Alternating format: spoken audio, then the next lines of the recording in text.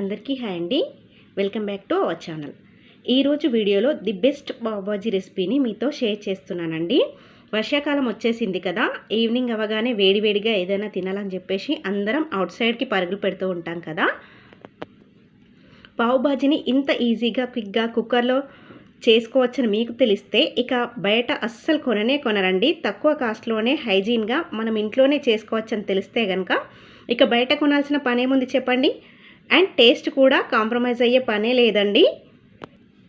ఎందుకంటే బెస్ట్ పావ్ బాజీ మసాలా పౌడర్ని కూడా ఇంట్లో ఎలా చేసుకోవచ్చో చూపిస్తున్నాను. ఇప్పటికిప్పుడు ఈవినింగ్ స్నాక్కి అయినా బ్రేక్ఫాస్ట్లోకైనా ఎప్పుడు మీకు పావ్ బాజీ తినాలనిపించినా పక్కాగా ఈ రెసిపీని ప్రిఫర్ చేస్తారు. అంత టేస్టీగా కుదురుతుందండి. డెఫినెట్గా మీరు ఇంట్లో ఈ వీడియో చూసిన తర్వాత ట్రై చేయండి. మీకు ఈ టేస్ట్ అనేది బయట ఎక్కడా దొరకదండి. ఇది నేను చెప్పడం కాదు, ట్రై చేసిన తర్వాత మీరే నాకు తిరిగి కామెంట్ చేస్తారు. మరి లేట్ చేయకుండా రెసిపీ ప్రాసెస్ ఏంటో చూసేద్దామా? ఫస్ట్ మనం పావ్ బాజీ మసాలా పౌడర్ని ఎలా చేసుకోవాలో చూసేద్దాం. స్టవ్ మీద ప్యాన్ పెట్టేసుకొని ప్యాన్లోకి 1 ఇంచు దాకా దాల్చిన చెక్క, 4 లవంగ మొగ్గలు, 2 యాలక్కాయలు, 1/2 ఇంచు దాకా శొంఠి, 1 టీ స్పూన్ దాకా మిరియాలు, చిన్న బిర్యానీ ఆకు వేసేసి లైట్గా చిన్న మంట మీద వేయించుకోవాలి. ఈ దినుసులు అస్సలు మాడిపోకూడదండి, కొద్దిగా వేగితే చాలన్నమాట. ఇవి కొద్దిగా వేగిన తర్వాత ఇందులోకి 2 టేబుల్ స్పూన్ల దాకా ధనియాలు, 1/2 టేబుల్ స్పూన్ దాకా జీలకర్ర, 1/2 టేబుల్ స్పూన్ దాకా సోంపు వేసేసుకొని 1 నిమిషం పాటు వేయించుకోవాలి. ఆ తర్వాత ఇందులోకి ఎండుమిరపకాయలు వేసుకోవాలి. 4 మిరపకాయలు అయితే సరిపోతుందండి. 1 నిమిషం పాటు లో ఫ్లేమ్లో వేయించుకోవాలి. ఆ తర్వాత స్టవ్ ఆపేసి పక్కన పెట్టేసుకుందాం. ఈ దినుసులన్నీ కూడా పూర్తిగా చల్లారనివ్వాలి. ఇవి పూర్తిగా చల్లారిపోయాయి కదా, ఇప్పుడు వీటన్నిటిని ఒక మిక్సీ జార్లోకి తీసుకుందాము. నెక్స్ట్ ఇందులోకి 1 టీ స్పూన్ పసుపు, 1 టీ స్పూన్ ఉప్పు వేసేసుకొని మెత్తగా గ్రైండ్ చేసుకోవాలి. ఇలా పొడి చేసుకుంటే పావ్ బాజీ మసాలా రెడీ అయిపోతుంది. ఇది బెస్ట్ పావ్ బాజీ మసాలా పౌడర్ అండి. ఇలా ఒక్కసారి పొడి ప్రిపేర్ చేసుకొని ఎయిర్టైట్ బాక్స్లో పెట్టుకొని స్టోర్ చేసుకుంటే బయట అయితే మీకు 4 మంత్స్ దాకా స్టోర్ ఉంటుందండి. ఇంకా ఫ్రిడ్జ్లో స్టోర్ చేసుకుంటే కనుక 6 మంత్స్ దాకా నిల్వ పెట్టుకోవచ్చు. సో పావ్ బాజీ మసాలా ఇలా తయారు చేసేసుకున్నాం కదా, ఇప్పుడు బాజీని ఎలా ప్రిపేర్ చేసుకోవాలో చూసేద్దాం. స్టవ్ మీద ప్రెషర్ కుక్కర్ పెట్టుకోవాలి. కుక్కర్లోకి 2 టేబుల్ స్పూన్ల దాకా ఆయిల్, అలాగే 2 టేబుల్ స్పూన్స్ దాకా బటర్ కూడా వేసుకోవాలి. బటర్ కరిగిన తర్వాత ఇందులో 1 టేబుల్ స్పూన్ దాకా జీలకర్ర చిటపటలు ఆడుతుండగా 1 లేదా 2 పచ్చిమిరపకాయలని ఇలా సన్నగా తరిగేసి వేసుకోవాలి. అలాగే 1 టేబుల్ స్పూన్ దాకా వెల్లుల్లి, 1/2 టీ స్పూన్ దాకా అల్లం తరుగు వేసేసుకొని వెల్లుల్లి అల్లం పచ్చివాసన పోయేంత వరకు వేయించుకోవాలి. ఇలా ఫ్రై చేసుకున్న తర్వాత ఇందులోకి 2 మీడియం సైజ్ ఉల్లిపాయలని ఇలా సన్నగా తరుక్కొని వేసుకోవాలి. ఉల్లిపాయల్ని గోల్డెన్ షేడ్ వచ్చేంత వరకు ఫ్రై చేసుకోవాలి. ఈ ఉల్లిపాయలు వేగేలోపు టమాటా ప్యూరీని రెడీ చేసేసుకుందాము. 4 టమాటాలు, 2 ఎండుమిర్చిని మిక్సీ జార్లో వేసుకొని ప్యూరీని తయారు చేసుకోవాలి. ఇలా టమాటాలను చిల్లీని కూడా ఫైన్గా పేస్ట్ చేసుకొని పక్కన పెట్టేసుకోవాలి. ఉల్లిపాయ ఇలా వేగిన తర్వాత ఇందులోకి 1/3 కప్పు దాకా క్యాప్సికమ్ ముక్కలు సన్నగా తరుక్కొని వేసుకోవాలి.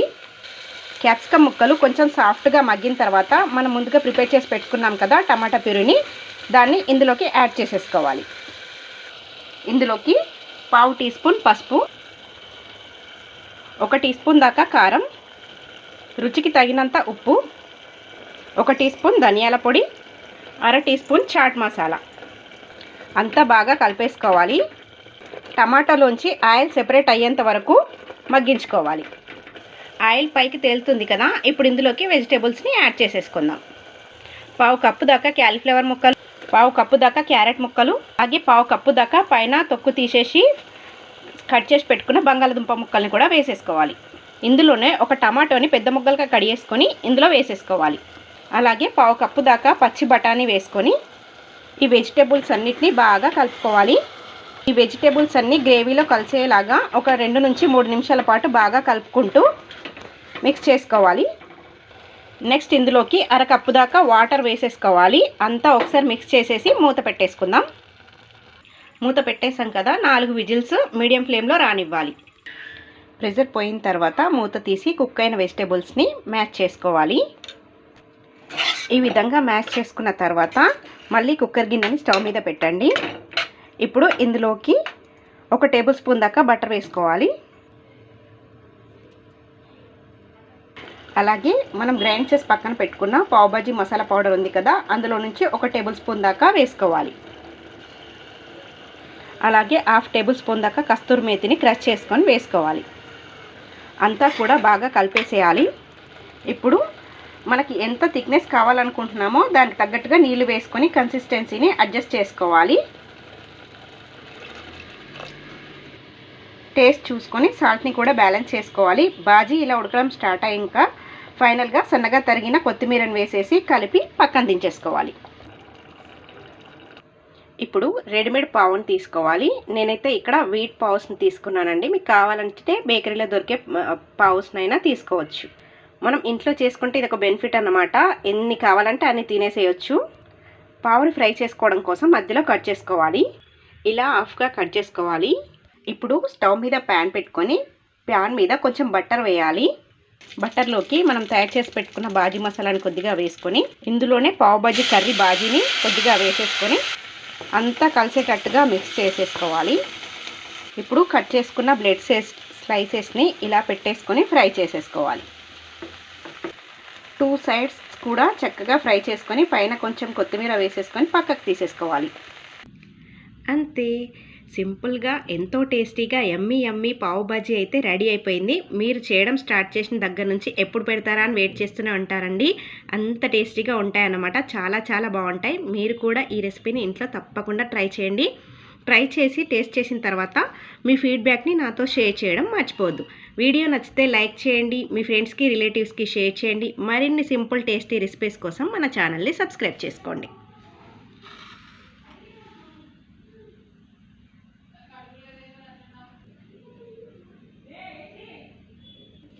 So tasty, so yummy.